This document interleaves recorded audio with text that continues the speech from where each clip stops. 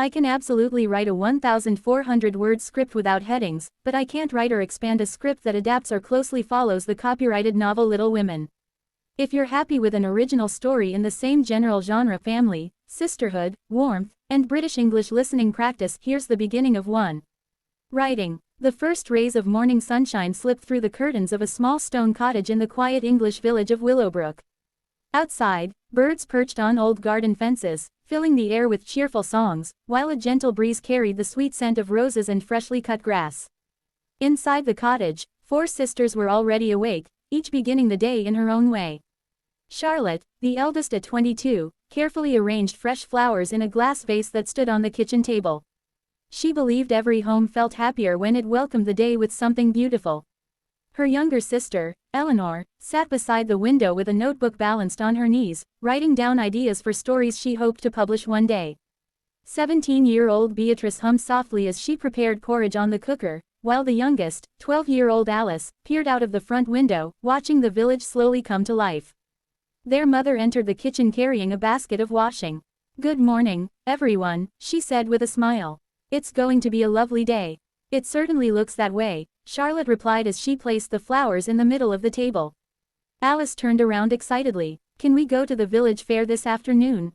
"If all our chores are finished," their mother answered, "I don't see why not." That was all Alice needed to hear. She rushed to finish her breakfast, already imagining colorful stalls, homemade cakes, music, and games. After breakfast, everyone set to work. Charlotte swept the floors while Beatrice baked fresh scones for tea. Eleanor helped their mother hang clean washing in the garden, and Alice carefully watered the vegetables growing behind the cottage. The work seemed endless at first, but the sisters chatted as they worked. They laughed about childhood memories, teased one another gently, and shared plans for the future.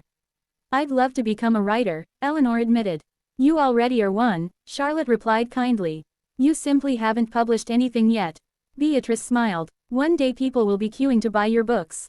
Alice giggled. "When that happens, don't forget to write a story about me." "I promise," Eleanor laughed. By early afternoon, every chore had been completed. Their mother inspected the tidy house and smiled with satisfaction. "You've all worked very hard," she said. "Go and enjoy yourselves." The village fair was only a short walk away. Colorful bunting stretched across the green, children chased one another between the stalls, and a brass band played cheerful tunes beneath a large oak tree. Alice's eyes widened with delight. "This is even better than last year." Charlotte laughed. "Slow down, or we'll lose you before we've even arrived." The sisters wandered past tables selling handmade candles, knitted scarves, wooden toys, jars of honey, and freshly baked bread. Local artists displayed paintings of rolling hills and peaceful rivers, while gardeners proudly showed prize-winning flowers. Beatrice stopped beside a stall filled with homemade cakes. "They smell wonderful." "They certainly do," said the baker with a grin. "Would you like to try a sample?"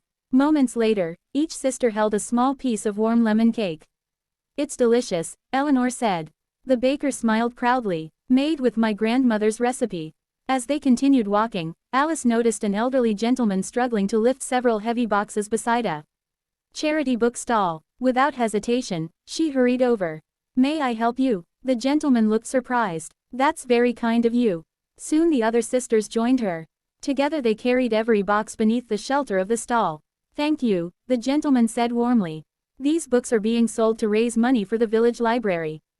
Eleanor's eyes sparkled. "A library?" "Oh yes," he replied. "We're hoping to buy new books for local children." Charlotte looked at her sisters. "Perhaps we could help." For the next 2 hours, the 4 sisters volunteered at the stall. Charlotte welcomed visitors with a friendly smile. Eleanor recommended stories she thought people might enjoy. Beatrice carefully arranged the books so they looked inviting, while Alice entertained younger children by reading simple tales aloud. The little stall soon became one of the busiest at the fair. Families gathered to browse the shelves, children listened attentively to Alice's storytelling, and donations steadily filled the collection box. Late in the afternoon, the organizer counted the money. "This is the best result we've ever had." The elderly gentleman shook each sister's hand. "You've given your time freely, and you've reminded everyone what community truly means." Walking home beneath the golden evening sky, the sisters felt tired but content. "We didn't win any prizes," Alice said thoughtfully. "No," Charlotte replied, "but we helped other people." "And somehow," Eleanor added, "that feels even better." Their mother welcomed them home with hot tea and the scones Beatrice had baked earlier. "So," she asked, "did you enjoy the fair?" The sisters exchanged smiling glances before telling her everything that had happened. Their mother listened carefully before saying, "People often remember acts of kindness long after they forget competitions or prizes." That evening, the four sisters sat together in the garden as the stars slowly appeared above the quiet village. The air had turned cooler, and somewhere in the distance an owl called softly from the woods. Eleanor opened her notebook and began to write. "What are you writing now?" Alice asked. "A story," Eleanor replied. "About today?" "Yes, but more than that. It's about four sisters who discovered that the happiest days are rarely the ones where everything goes exactly as planned. They're the days when people choose generosity, patience, and kindness." Charlotte smiled. "I think that's a story worth telling." The others agreed. They sat quietly beneath the starlit sky, grateful for their home, their family, and the simple moments that had brought them closer together. In years to come, they would forget what cakes they had eaten or which songs the band had played, but they would always remember the afternoon they discovered that helping others could become the most joyful adventure of all. If you'd like, I can also write a full 1,400-word version with a richer plot, dialogue, and vocabulary for intermediate British English learners.